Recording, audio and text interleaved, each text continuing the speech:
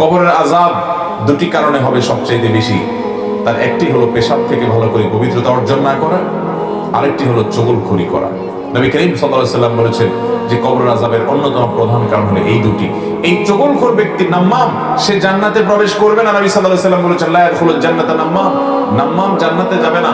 চগলখড়ি যে কত নিকৃষ্ট একটা চরিত্র, আমাদের সমাজের চতুর্দিকে তাকালে দেখবেন চগলখড় আর চগলখড়। আপনার সামনের কাছে যায়, আপনার সামনে যায় আপনার কাছে ভালো সাজবে, আবার আরেকজনের কাছে যায় তার কাছে ভালো সাজবে, আছে না নাই? এই চগলখড়ের চরিত্র কোনো ইমানদারের মধ্যে থাকতে পারে? ইমানদার সব সময় অন্যের কল্যাণকামী হবে।